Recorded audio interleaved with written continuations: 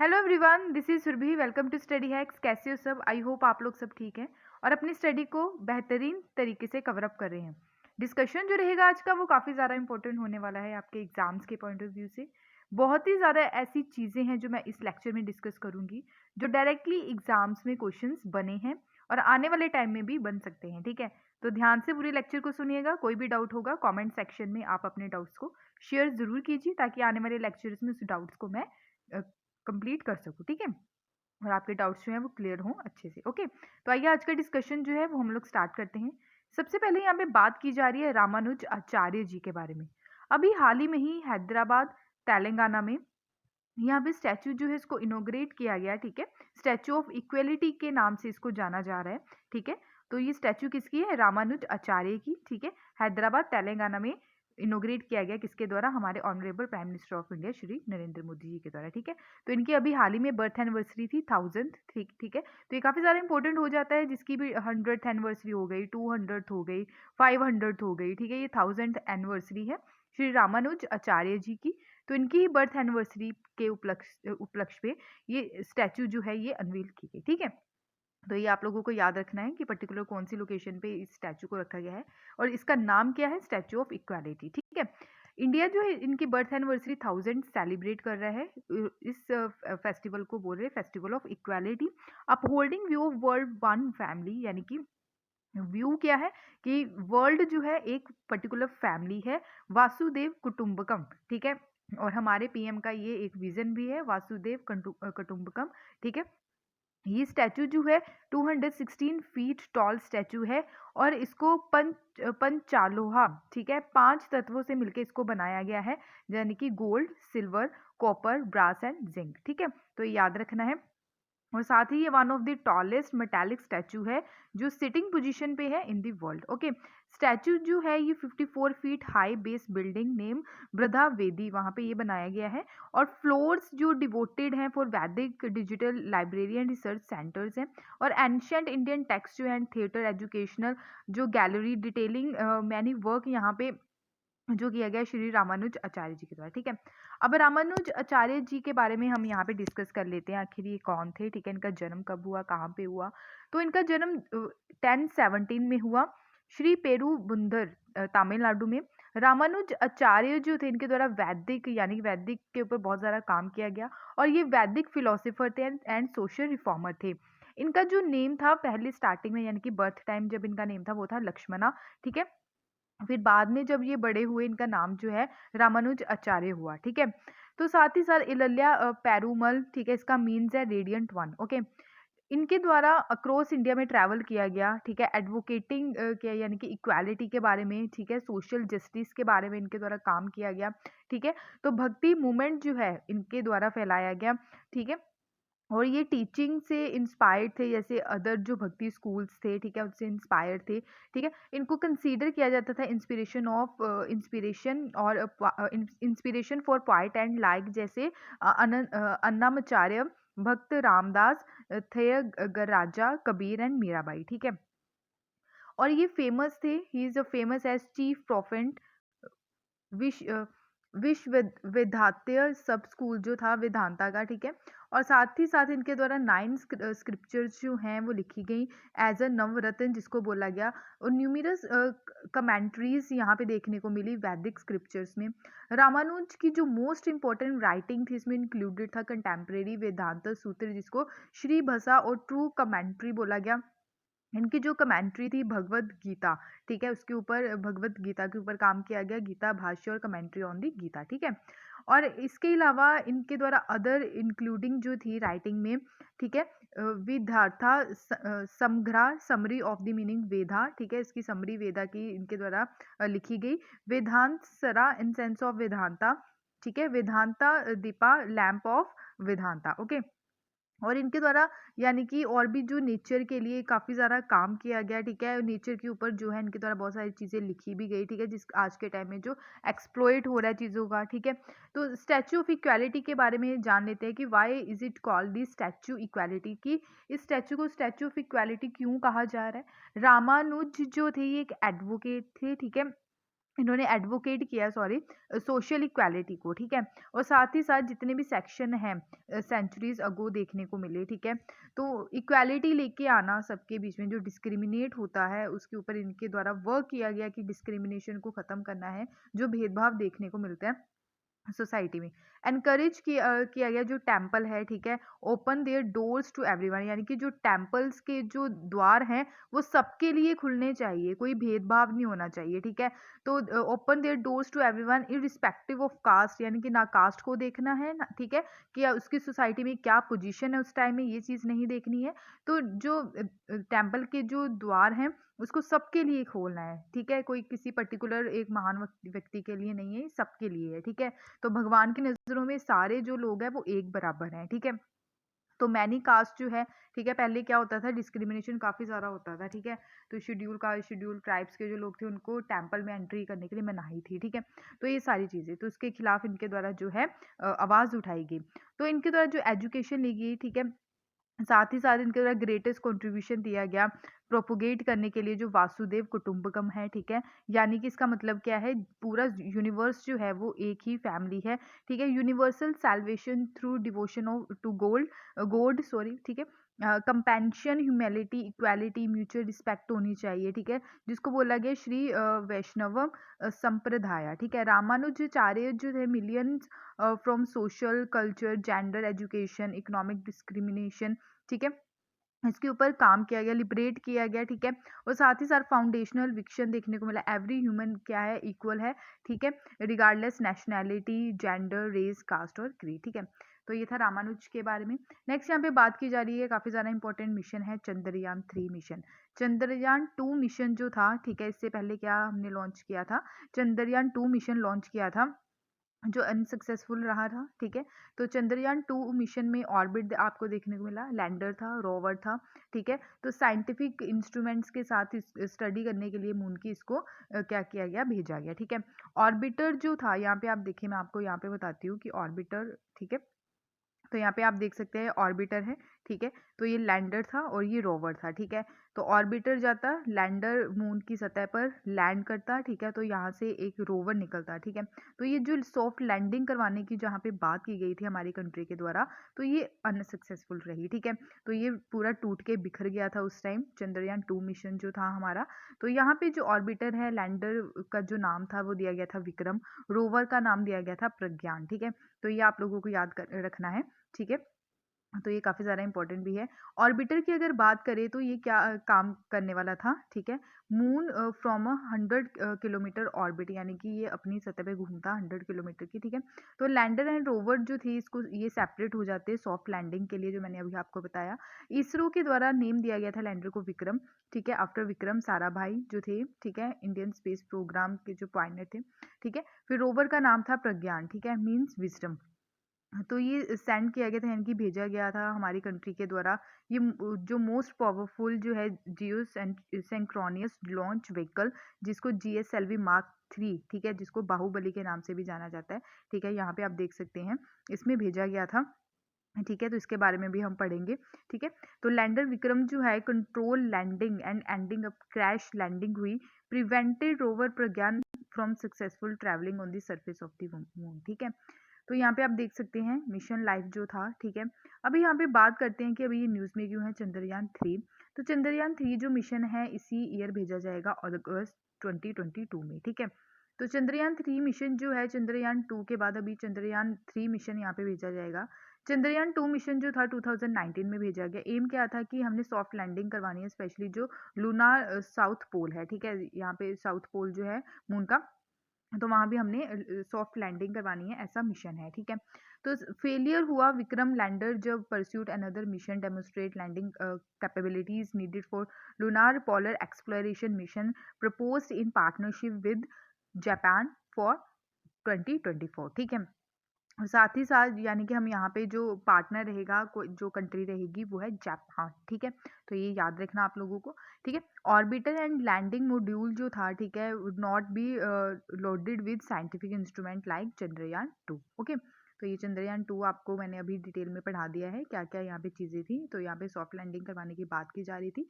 तो ये जो रोवर था यहाँ से निकलता, ठीक है, लैंडर से, ठीक है। तो ये यहाँ पे सारी सर्वे करता है कि क्या-क्या चीज़ें हैं, यहाँ पे स्टडी की जाती है इसके द्वारा, ठीक है। तो ये सारी चीज़ें यहाँ पे देखने को मिली, ठीक है। तो जीएसएलवी मार्क 3 यानी कि जिसको बाहुबली के नाम से भी जाना जाता है, तो यहाँ पे आप पिक्चर देख सकते हैं। Geosynchronous satellite launch vehicle mark 3 इसको बोला जाता है, जो डेवलप किया गया इंडियन स्पेस रिसर्च ऑर्गेनाइजेशन के द्वारा। 3 स्टेज व्हीकल है ये, ठीक है। और साथ ही साथ डिज़ाइन किया गया लॉन्च कम्युनिकेशन सैटेलाइट के लिए इनटू जियो स्टेशनरी ऑर्बिट, ठीक है। मास जो है इसका यानी कि 640 टन है, ठीक है। और साथ ही साथ accommodate up to 8000 kg payload to low earth orbit, ठीक है। And 4000 kg payload to GTO यानी कि geosynchronous transfer orbit, okay. यहाँ पे आप देख सकते हैं अलग अलग टाइप्स के ऑर्बिट्स हैं, ठीक है। यहाँ पे आप देखिए सन सिंक्रोनस ऑर्बिट, ठीक है। जियो स्टेशनरी ऑर्बिट है, लो अर्थ ऑर्बिट, क्लियर। तो यहाँ पे जो बात की गई थी अभी लो अर्थ ऑर्बिट की बात की गई थी, ठीक है। पोलर जो ऑर्बिट है यहाँ पे आप देख सकते हैं, ठीक है। तो ये आप लोगों ने याद रखना है। और अनदर इम्पॉर्टेंट बात है कि मिशन जो है मून के, ठीक है, जो अलग अलग कंट्रीज के द्वारा जो मिशन छोड़े गए, जैसे आर्टेमिस ये यूएसए का मिशन है मून को लेके, चंद्रयान 3 हमारी कंट्री का है, चैंग ई प्रोजेक्ट काफ़ी ज़्यादा न्यूज़ में था और डिटेल में मैंने डिस्कस भी किया था, लूना 25 रशिया, ठीक है। चैंग ई प्रोजेक्ट चाइना का है, याद रखिएगा। लूना 25 जो है ये रशिया का है, तो ये आप लोगों को याद रखना है। ये मैचअप के लिए भी आपसे पूछे जा सकते हैं एग्जाम में, ठीक है। और नेक्स्ट जो बात की जा रही है इसरो के बारे में, ठीक है। तो हाल ही में ही मैंने आपसे डिस्कस भी किया था कि इसरो के जो चेयरमैन हैं तो ये चेंज हुए हैं अभी, जिनका नाम है एस सोमनाथ, ठीक है। तो रिप्लेस करेंगे ये के सिवान को, ठीक है। इसरो की फुल फॉर्म आप लोगों ने याद रखनी है, इंडियन स्पेस रिसर्च ऑर्गेनाइजेशन। इसको फाउंड किया गया 15 अगस्त 1969 में किया गया था, ठीक है। हेडक्वार्टर इसके आपके बेंगलुरु में देखने को मिलेंगे, ठीक है। तो ये डिपार्टमेंट ऑफ साइंस के अंडर आता है, ठीक है। आई होप आपको ये सारी चीज़ें क्लियर हुई होंगी। नेक्स्ट यहाँ पे बात करते हैं मोशन ऑफ थैंक्स, ठीक है। तो मोशन ऑफ थैंक्स क्या रहता है, एवरी जनरल इलेक्शन के बाद यहाँ पे प्रेसिडेंट जो है बोथ लोकसभा और राज्यसभा को यहाँ पे एड्रेस करते हैं।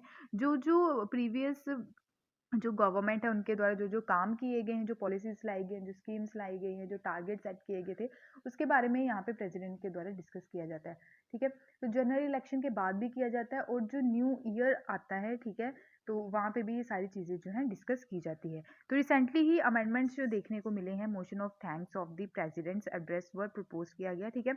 अमेंडमेंट प्रपोजल जो था ये मेंशन किया गया गवर्नमेंट्स जो एलीग यूज़ किया गया, स्पेशली जो पेगासस वायरस स्पाईवेयर जो है उसके रिगार्डिंग सारी चीज़ें जो है डिस्कस की गई। हैंडल कैसे करना है कोविड-19 पैंडेमिक को, वो भी यहाँ पे मुद्दे जो है डिस्कस किए गए। अगर मोशन ऑफ थैंक्स की बात करें तो आर्टिकल 87 प्रोवाइड करवाता है special address by the president, याद रखिएगा ये आर्टिकल काफ़ी ज़्यादा इंपॉर्टेंट है, ठीक है। ये आर्टिकल जो है ये प्रोवाइड करवाता है commencement of the first session after each general election to the house of people, ठीक है। फर्स्ट सेशन और ईच ईयर, ठीक है। First session of the each year यानी कि न्यू ईयर जब आता है तब भी जब फर्स्ट सेशन होता है, ठीक है, जब बजट पेश किया जाता है उससे पहले ये सारी चीज़ें देखने को मिलती हैं, ठीक है। तो प्रेसिडेंट जो है shall address both houses of the parliament assemble together inform parliament causes of the summons, ठीक है। और ये जो एड्रेस किया जाता है इसको स्पेशल एड्रेस के नाम से भी जाना जाता है और इसको एनुअल फीचर भी बोला जाता है, ठीक है। कंटेंट क्या है प्रेसिडेंट ऑफ एड्रेस का, प्रेसिडेंट एड्रेस जो है स्टेटमेंट ऑफ पॉलिसी जो रहती है गवर्नमेंट की, जो ड्राफ्ट किया जाता है गवर्नमेंट के द्वारा, एड्रेस जो किया जाता है रिव्यू किया जाता है, स्पेशली जो वेरियस एक्टिविटीज़ होती है जो जो प्रीवियस ईयर में गवर्नमेंट के द्वारा अचीवमेंट्स की होती है उसके बारे में यहाँ पे डिस्कस किया जाता है प्रेसिडेंट के द्वारा, ठीक है। जो सेट की रहती है पॉलिसीज़ होती है, प्रोजेक्ट्स होते हैं, प्रोग्राम्स होते हैं, ठीक है, गवर्नमेंट के, तो वो कितने लेवल तक पहुँचे हैं, इम्पोर्टेंट जो नेशनल एंड इंटरनेशनल इश्यूज़ हैं उसके बारे में भी यहाँ पे डिस्कस किया जाता है, ठीक है। Address also indicates broad terms items of legislative business propose brought during the session to be held in that year, okay. और साथ ही साथ जो मोशन ऑफ थैंक्स है, ठीक है, जैसे प्रेसिडेंट का जो अभिभाषण रहता है, ठीक है, तो ये पूरा का पूरा मेल खाता है जो ब्रिटेन में जो थ्रोन में बैठे हैं भाषण से मेल खाता है, ठीक है। तो ये सांसद दोनों सदनों में धन्यवाद प्रस्ताव जो नामक प्रस्ताव पर चर्चा की जाती है, ठीक है। आई होप आपको ये क्लियर हुआ होगा। नेक्स्ट यहाँ पे जो बात की जा रही है, अगर कोई भी अमेंडमेंट होता है, ठीक है, यदि किसी भी संशोधन को आगे रखा जाता है और स्वीकार किया जाता है तो धन्यवाद प्रस्ताव जो है संशोधित रूप में स्वीकार किया जाता है, ठीक है। अब उसके बाद डिस्कशन जो है इसको एंड कर दिया जाता है, ठीक है। Motion is put to vote, ठीक है। तो फिर मोशन जो है वहाँ पे वोटिंग वगैरह की जाती है। सिग्निफिकेंस क्या है मोशन ऑफ थैंक्स का? मोशन ऑफ थैंक्स जो है must be passed in the house, otherwise it amount to defeat of the government, ठीक है। और साथ ही साथ one of the way through Lok Sabha also express the lack of confidence in the government, ठीक है। अगर लोकसभा में क्या रहता है, लोकसभा में अगर मेजॉरिटी साबित नहीं कर पाते हैं, लैक है, कमी है कॉन्फिडेंस की गवर्नमेंट में, तब भी ये जो है सारी चीज़ें जो है पिक्चर में आ जाती है, ठीक है। रिजेक्शन जो है स्पेशली अगर अगर अदर चीज़ों की बात करें, ठीक है, ये लाइन कर दी यहाँ पे आएगी। अदर वेज जो है इसके कि रिजेक्शन जो रहता है मनी बिल का, ठीक है। मनी बिल जो है ओनली लोकसभा में ही पास होता है, ठीक है, यानी कि लोकसभा स्पीकर के द्वारा ही यहाँ पे पास किया जाता है। पासिंग किया जाता है सेंश्योर मोशन जो है और एडजर्नमेंट मोशन। डिफीट जो रहता है गवर्नमेंट का विटल इशू के द्वारा, ठीक है। पासिंग कट मोशन, ठीक है। और साथ ही साथ अदर मोशंस की मैं बात करूँ इंडियन पार्लियामेंट में, प्रिविलेज मोशन, प्रिविलेज यानी कि विशेष अधिकार जो दिए जाते हैं, ठीक है, ये मूव किया जाता है किसी भी मेंबर के द्वारा, ठीक है। He feels that minister has committed to breach privileges of the house, अगर लगे कि कोई भी मिनिस्टर जो है, ठीक है, वो अपने विशेष अधिकार का गलत इस्तेमाल कर रहा है, तभी प्रिविलेज मोशन ये जो है लाया जाता है, ठीक है। तो ये मूव किया जाता है एदर राज्यसभा में भी और लोकसभा में भी लाया जा सकता है। अब है सेंश्योर मोशन, ठीक है। सेंश्योर मोशन क्या होता है? It should state the reason for its adoption in the Lok Sabha. It can moved against an individual minister और अ ग्रुप मिनिस्टर, ठीक है। तो सेंश्योर मोशन जो है एक इंडिविजुअल मिनिस्टर और ग्रुप मिनिस्टर के द्वारा लाया जाता है entire the council of ministers के लिए, ठीक है। और the entire of minister of council भी ला सकते हैं। It is move to censure of council of minister for specific policies और एक्शंस के लिए। तो ये ओनली लोकसभा में ही पास किया जाता है, यानी कि ये ओनली लोकसभा में ही लाया जाता है, ठीक है। नेक्स्ट है कॉल अटेंशन मोशन। ये इंट्रोड्यूस किया जाता है पार्लियामेंट में by the any member to call attention, ठीक है, अटेंशन के लिए कि यहाँ भी अब सारे सतर्क हो जाएं, ठीक है। तो attention of the minister, specially minister के लिए अगर अर्जेंट पब्लिक इंपॉर्टेंस का मैटर हो तो, ठीक है। और साथ ही साथ ये जो मूव किया जाता है राज्यसभा और लोकसभा में मूव किया जाता है। अब है एडजॉर्नमेंट मोशन, ये इंट्रोड्यूस किया जाता है लोकसभा में, ठीक है। तो ये मूव किया जाता है ओनली लोकसभा में, ये याद रखना आपको। और साथ ही साथ यहाँ पे draw the attention of the house of definite matter urgent public importance, अगर कोई मैटर रहता है पब्लिक इंपॉर्टेंस का जो इशू रहता है, ठीक है, वहाँ पे ये सारी चीज़ें आ जाती हैं, इसमें इन्वॉल्व रहते हैं element of censure against the government, ठीक है। No day yet named motion, तो no day yet named motion जो है ये रहता है motion that has been admitted by the speaker but no date has be fix, यहाँ पे जो डेट है इसकी फिक्स नहीं होती है। ये मूव किया जाता है राज्यसभा और लोकसभा दोनों में ही, ठीक है। नो कॉन्फिडेंस मोशन, आर्टिकल 75 जो है हमारे नरेंद्र मोदी जी के खिलाफ भी नो कॉन्फिडेंस मोशन लाया गया था राहुल गांधी जी के द्वारा, ठीक है। तो आर्टिकल 75 आपको याद रखना है, काफ़ी ज़्यादा इंपॉर्टेंट भी है, ठीक है। तो ये काउंसिल ऑफ मिनिस्टर्स के खिलाफ लाया जाता है अगर जो अभी रूलिंग पार्टी है उसके खिलाफ लाया जाता है, जो कलेक्टिव रिस्पॉन्सिबल है लोकसभा में, ठीक है। अगर अदर वर्ड्स की बात करें तो Lok Sabha can remove the minister from the office by the passing no confidence motion. Motion need to support 50 members जो है उनका सपोर्ट होना चाहिए और ये मूव्ड होता है ओनली लोकसभा में, ठीक है। कट मोशन क्या है? कट मोशन स्पेशल पावर रहती है मेंबर के पास ऑफ द लोकसभा, अपोज कर सकते हैं demand of the discussion of specific allocation जो रहते हैं बाय द गवर्नमेंट, ठीक है, इन द फाइनेंस बिल के लिए और डिमांड ऑफ ग्रांट के लिए, ठीक है। तो मोशन जो है ये अगर अडॉप्ट किया जाए it amount of no confidence vote, तो अगर गवर्नमेंट फेल हो जाए कॉन्फिडेंस साबित करने में, तभी ये कट मोशन जो है वो लाया जाता है, ठीक है। मोशन में be move to reduce amount of demand, ठीक है। पॉलिसी कट मोशन है, ठीक है, इकोनॉमिक कट मोशन है, टोकन कट मोशन है। पॉलिसी कट मोशन क्या है? ये मूव किया जाता है अमाउंट ऑफ डिमांड के लिए रिड्यूस करने के लिए रुपी वन यानी कि represent disapprove of policy underlying the demand, ठीक है। इकोनॉमिक कट मोशन यानी कि amount of the demand will be reduce by specified amount. Token cut motion क्या है? Amount of the demand reduce by जो है 100 रुपीज़ यहाँ पे, ठीक है। एक्सप्रेस स्पेसिफिक ग्रीवियंसेस, ठीक है। तो ये लोकसभा में ही मूव किया जाता है कट मोशन, ओके। तो ये था इंपॉर्टेंट मोशन जो है थैंक्स मोशन जो प्रेसिडेंट के द्वारा लाया जाता है, ठीक है। नेक्स्ट यहाँ पे बात की जा रही है सैफरॉन बाउल प्रोजेक्ट के बारे में। सैफरन बॉल यानी कि केसर के बारे में यहाँ पे बात की जा रही है, जो कश्मीर में बहुत ज़्यादा मिलता है, ठीक है, वहाँ पे इसकी कल्टीवेशन होती है। अभी एक न्यू लोकेशन यहाँ पे खोज ली गई है, north east centre for technology application and research के द्वारा अंडर सैफरन बॉल प्रोजेक्ट के अंदर यहाँ पे आइडेंटिफाई किया गया है फ्यू लोकेशन, कहाँ पे, अरुणाचल प्रदेश, मेघालय वाले रीजन में फॉर सैफरन कल्टीवेशन के लिए, ठीक है।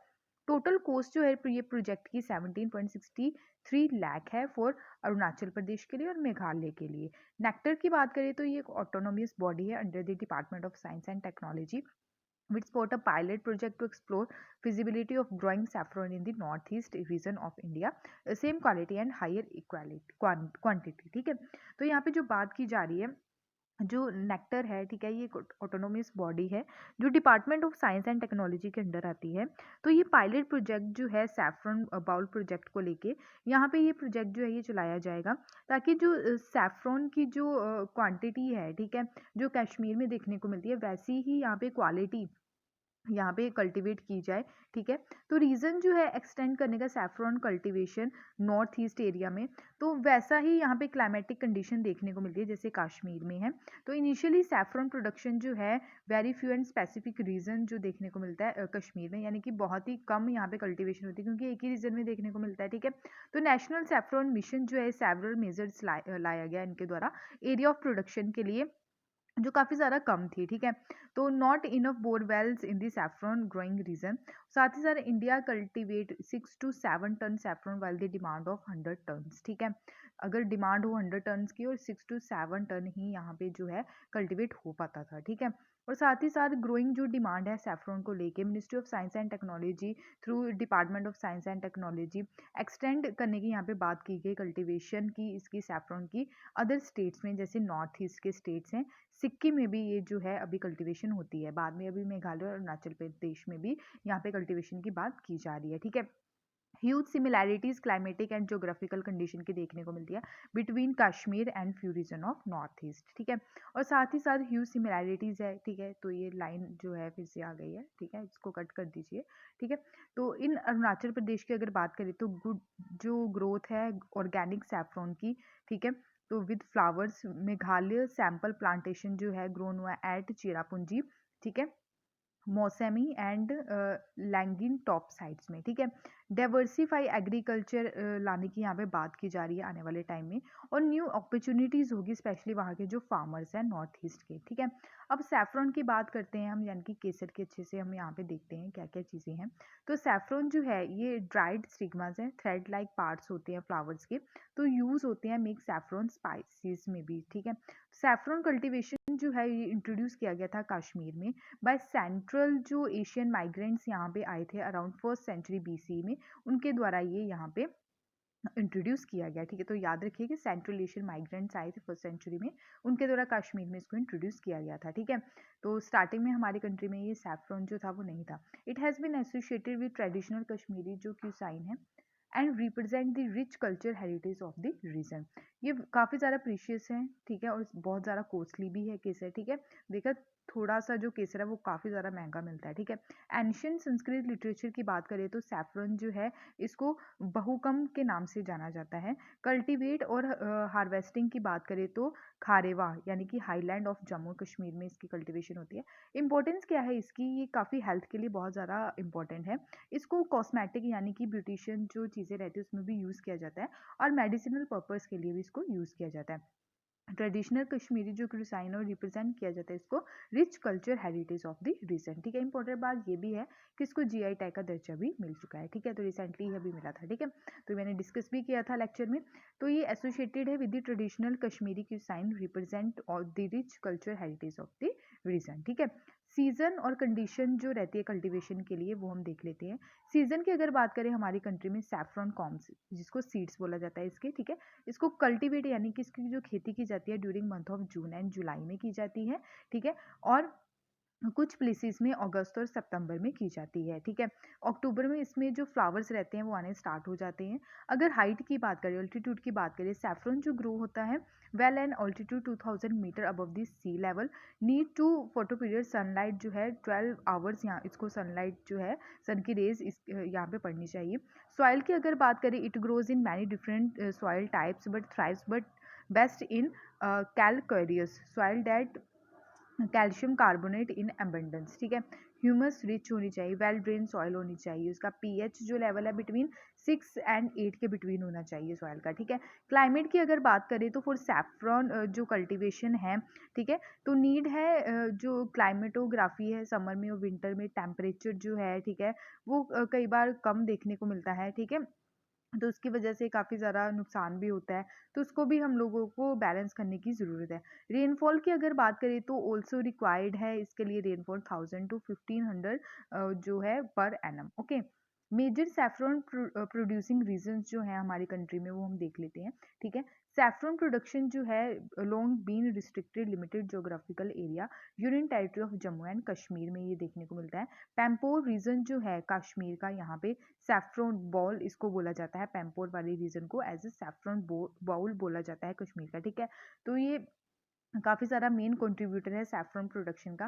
पैम्पोर सैफ्रॉन हेरिटेज जो है कश्मीर का, ये one of the globally important agriculture heritage system है जिसको रिकॉग्नाइज किया गया sites in India.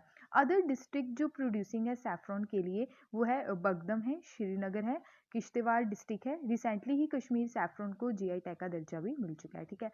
Other initiatives जो हमारी गवर्नमेंट के द्वारा लिए गए हैं ताकि हम सैफ्रॉन कल्टीवेशन को प्रमोट कर सकें, ताकि ज़्यादा से ज़्यादा खेती इसकी हो सके और हमारे फार्मर्स को भी बेनिफिट मिल सके, ठीक है। नेशनल सैफ्रॉन मिशन यहाँ पे चलाया गया सेंट्रल गवर्नमेंट के द्वारा ईयर 2010 में, ठीक है, यानी कि 2010 में ये जो है मिशन यहाँ पे लॉन्च किया गया था ताकि हम सपोर्ट कर सके, क्रिएट कर सके इरिगेशन फैसिलिटी थ्रू ट्यूबवेल्स के थ्रू, स्प्रिंकल सेट्स के थ्रू, ठीक है। प्रोडक्शन बेटर हो सके इस क्रॉप की area of the saffron production. Recently institute of Himalaya bio resource technology जो है government of Himachal Pradesh have jointly decided by the increased production of two spices namely saffron and जो है हींग, ठीक है। यानी कि हिमाचल प्रदेश और जो है इंस्टीट्यूट ऑफ हिमालय बायोरिसोर्स टेक्नोलॉजी के द्वारा यहाँ पे डिसाइड किया गया मिलके कि हम प्रोडक्शन करेंगे टू स्पाइसेस की जिसका नाम है सैफ्रॉन और हींग। हींग जो है हम वेजिटेबल्स में यूज़ करके जब तड़का वगैरह लगाते हैं ना तो हींग का तड़का भी लगाया जाता है, ठीक है। तो इस प्लान के अंडर जो है IHTB जो है इनके द्वारा इंट्रोड्यूस भी किया गया न्यू वैरायटीज़ जो है सैफ्रॉन की, ठीक है, ताकि एक्सपोर्ट किया जा सके एंड अदर कंट्रीज़ में और स्टैंडर्डाइज्ड रह सके जो स्पेशली जो इंडियन कंडीशंस हैं, ठीक है। तो आई होप आपको ये सारी चीज़ें क्लियर हुई होंगी। इसके अलावा हम GI टैग के बारे में बात कर लेते हैं, जियोग्राफिकल इंडिकेशन स्टेटस जिसको हम बोलते हैं। तो आइडेंटिफाई किया जाता है एक पर्टिकुलर गुड्स को, ठीक है, तो करेक्टरिस्टिक जो रहते हैं इसके ओरिजिनेट होता है किसी भी पर्टिकुलर एरिया में डेफिनेट जोग्राफिकल टेरिटरी में। तो ये यूज़ किया जाता है इसको agriculture, natural and manufacture goods के लिए। Geographical indication of goods registration and protection act 1999 का जो है ये प्रोवाइड करवाता है रजिस्ट्रेशन, ठीक है। और इसके तहत बेटर प्रोटेक्शन प्रोवाइड करवाई जाती है ज्योग्राफिकल इंडिकेशन जिसको स्टेटस मिल जाता है जिस भी गुड्स को, ठीक है। ये एक्ट जो है जो एडमिनिस्टर किया जाता है, इस एक्ट को किसके द्वारा किया जाता है, controller general of patent design and trademark के द्वारा, ठीक है। Who is registrar of geographical indication. Geographical indication registry जो है ये कहाँ पे लोकेटेड है, चेन्नई में लोकेटेड है। Registration of geographical indication valid रहती है, यानी कि 10 ईयर्स के लिए ये वैलिड रहती है, उसके बाद इसको एक्सटेंड किया जा सकता है टाइम टू टाइम, ठीक है। और ये पार्ट है world trade organization trade related expects of intellectual property right जिसको आप ट्रिप्स के नाम से जानते हैं। तो ये कुछ प्रोडक्ट्स हैं जिनको GI टैग का दर्जा मिल चुका है। अगर GI टैग प्रोडक्ट्स को हमने अनदर कंट्रीज में एक्सपोर्ट करना है तो वर्क कौन सी ऑर्गेनाइजेशन करती है, वो है agriculture and process food product export development authority, जो ministry of commerce and industry के अंडर आती है, ठीक है। तो आई होप आपको ये सारी चीज़ें क्लियर हुई होंगी। तो यहाँ पे अरुणाचल प्रदेश और मेघालय वाला जो रीजन है यहाँ पे बात की जा रही है इसकी कल्टीवेशन के लिए, ठीक है। नेक्स्ट जो कल दुखद घटना देखने को मिली लता मंगेशकर जी, ठीक है, जो हमें अलविदा कह गई, ठीक है, इनके बारे में हम थोड़ी जानकारी जो है वो हम देख लेते हैं। तो लेजेंडरी सिंगर लता मंगेशकर जी, ठीक है, जो हमारे बीच में अब नहीं है, ठीक है, तो बहुत ही बेहतरीन तरीके से इनके द्वारा अपनी लाइफ में वर्क किया गया, कभी भी इन्होंने पीछे मुड़ के नहीं देखा, ठीक है। तो हमेशा कुछ ना कुछ ये सीखती गई, जो इनकी आवाज़ थी वही इनकी पहचान बनी, ठीक है? जिसकी वजह से इनको जाना जाता था। इंडिया में ही नहीं, अनदर कंट्रीज़ में ऑल ओवर द वर्ल्ड इनको जाना जाता था और गिनीज़ वर्ल्ड रिकॉर्ड में इनका नाम शामिल था, ठीक है? लेजेंडरी सिंगर लता मंगेशकर जी की डेथ हो गई, ठीक है? तो एज जो इनकी थी 92 ईयर्स थी। भारत रत्न अवॉर्डी थी ये, ठीक है? इनको भारत रत्न मिल चुका था। तो हॉस्पिटल में एडमिट थी, तो निमोनिया और भी डायग्नोज जो बीमारी थी, ठीक है? तो पॉजिटिव आया था इनका जो कोरोना वायरस जो डिसीज़ है, ठीक है? तो ये सर्वाइव कर रही थी सब चीज़ों से, और साथ ही साथ इनके जो 3 सिस्टर और 1 भाई था, ठीक है? भाई है उषा मंगेशकर, आशा भोसले, मीना जो है मीना खादिकर, और अदर जो अ, हृदयानाथ मंगेशकर, ठीक है? तो इनके जो फैमिली मेंबर्स हैं, ठीक है? तो करियर जो था इनके द्वारा जो स्टार्ट किया गया वो 1942 में किया गया, ठीक है? और साथ ही साथ इनके द्वारा 36 इंडियन एंड फॉरेन लैंग्वेजेस में ठीक है, 36 इंडियन एंड फॉरेन लैंग्वेजेस में सॉन्ग्स जो हैं वो गाए गए, ठीक है? तो म्यूजिकल जैम इनको बोला जाता था, ठीक है? और साथ ही साथ और भी बहुत सारे जो इनके गाने थे, ठीक है? जो काफ़ी ज़्यादा मतलब मन को एकदम शांति देते थे, जैसे ऐ मेरे वतन के लोगो, ठीक है? म्यूजिकल जैम जैसे ऐ मेरे वतन के लोगो हो गया, ठीक है? और साथ ही साथ लग जा गले, ये सॉन्ग्स हैं, ठीक है? तो ये सारी जो चीज़ें हैं, ठीक है? लता मंगेशकर जी जो थी इनको दादा साहेब फाल्के अवार्ड जो है 1989 में दिया गया, और साथ ही साथ इनको पद्म भूषण 1969 में दिया गया, भारत रत्न इनको 2001 में दिया गया। ये चीज़ इंपॉर्टेंट है, याद रखिएगा, ठीक है? नेक्स्ट यहाँ पे बात की जा रही है वर्ल्ड कप 2022 यानी कि अंडर 19 की कैटेगरी में। तो इंडिया यानी कि हमारी कंट्री के द्वारा ये वर्ल्ड कप जीता गया है अंडर 19 की कैटेगरी में। तो इंडिया ने किसको हराया है? इंग्लैंड को हराया है, ठीक है? तो ये जो हो रहा था एंटीगुआ में हो रहा था। एंटीगुआ की लोकेशन हम लोग देख लेते हैं। तो एंटीगुआ यहाँ पे आप देख सकते हैं, सेंट्रल अमेरिकन कंट्री है, कैरिबियन सी के आसपास आपको देखने को मिलेगी एंटीगुआ एंड बारबुदा जो कंट्री है, ठीक है? तो इंडिया को ये 5th टाइटल मिला है, ठीक है? तो 2000 में, 2008 में, 2012 में, 2018 में ऑलरेडी टाइटल हम जीत चुके हैं। तो अभी 2022 में ये टाइटल जो है हमें मिला है, ठीक है? तो यश धूल जो है ये बिकम 5th इंडियन कैप्टन बने हैं जिनके द्वारा ये टाइटल जीता गया है, आफ्टर मोहम्मद कैफ, विराट कोहली, उन्मुक्त चंद एंड पृथ्वी शाह के बाद, ठीक है? तो आई होप आपको ये सारी चीज़ें क्लियर हुई होंगी। तो यहाँ पे हम देख लेते हैं एंटीगुआ की जो लोकेशन है, ठीक है? ये पर्टिकुलर आइलैंड कंट्री है, ठीक है? इंडिया के संदर्भ में देखना तो यहाँ पे आपको चीज़ें देखने को मिलेंगी। तो आई होप आपको ये सारी चीज़ें क्लियर हुई होंगी। नेक्स्ट काफ़ी ज़्यादा इंपॉर्टेंट है, रिपब्लिक डे की परेड में जो टैब्लोस देखने को मिले थे अलग अलग स्टेट्स के, तो उसमें यहाँ पे जो अभी विनिंग लिस्ट में है यानी कि फर्स्ट जो टैब्लो आया है वह उत्तर प्रदेश का, ठीक है? तो यहाँ पे आप देख सकते हैं उत्तर प्रदेश की जो झांकी थी, ठीक है? तो काशी विश्वनाथ टेम्पल को यहाँ पे रिप्रेजेंट किया गया था उत्तर प्रदेश के द्वारा। सेकेंड नंबर पे जो आई है वो है कर्नाटका की जो है झांकी, उसके बाद मेघालय की, ठीक है? तो यहाँ पे आप देख सकते हैं, ठीक है? तो उत्तर प्रदेश के द्वारा ये अवार्ड जीता गया है। तो बेस्ट टैब्लुक समूह 12 स्टेट्स एंड यूनियन टेरिटरी पे पार्टिसिपेट किया गया था रिपब्लिक डे परेड में 26 जनवरी 2022 में। थीम क्या थी उत्तर प्रदेश की? One district one product and Kashi Vishwadham, ठीक है? टोटल 12 स्टेट्स थी और यूनियन टेरिटरीज थी जिनके द्वारा पार्टिसिपेट किया गया था। सेकेंड प्लेस पे कर्नाटका के टैब्लू रहा जिनकी थीम थी cradle of traditional handicraft. Third position पे मेघालय स्टेट रही जिनकी थीम थी कि ट्रिब्यूट करना वुमेन को, ठीक है? स्पेशली 50 ईयर्स हो गए थे मेघालय स्टेट को स्टेटहुड का दर्जा मिले, और corporative society and self help group के बारे में यहाँ पे बात की गई थी, ठीक है? तो यहाँ पे आप देख सकते हैं जो काफ़ी ज़्यादा इंपॉर्टेंट है, ठीक है? तो आई होप आपको ये सारी चीज़ें क्लियर हुई होंगी, ठीक है? अगर आपको वीडियो पसंद आए तो प्लीज़ लाइक शेयर सब्सक्राइब ज़रूर कीजिएगा, ठीक है? और साथ ही साथ ये काफ़ी ज़्यादा इंपॉर्टेंट जो चीज़ें हैं जो मैंने डिस्कस की हैं, अगर आपको इसके रिगार्डिंग कोई भी डाउट होगा तो प्लीज़ अपने डाउट को ज़रूर शेयर कीजिएगा, ठीक है? पीडीएफ आपको टेलीग्राम चैनल पे मिल जाएगी जिसका लिंक आपको जो है कमेंट सेक्शन में, सॉरी डिस्क्रिप्शन बॉक्स में वहाँ पे अवेलेबल है, ठीक है? तो आपने वहाँ पे जाके क्या करना है, उसको ज्वाइन करना है, ठीक है? टेलीग्राम को भी, इंस्टाग्राम को भी, ठीक है? अगर वीडियो पसंद आए तो प्लीज़ लाइक शेयर सब्सक्राइब ज़रूर कीजिएगा, ठीक है? कोई भी डाउट होगा कमेंट सेक्शन में अपने डाउट्स को ज़रूर शेयर कीजिए। Thank you for watching my video. जय हिंद।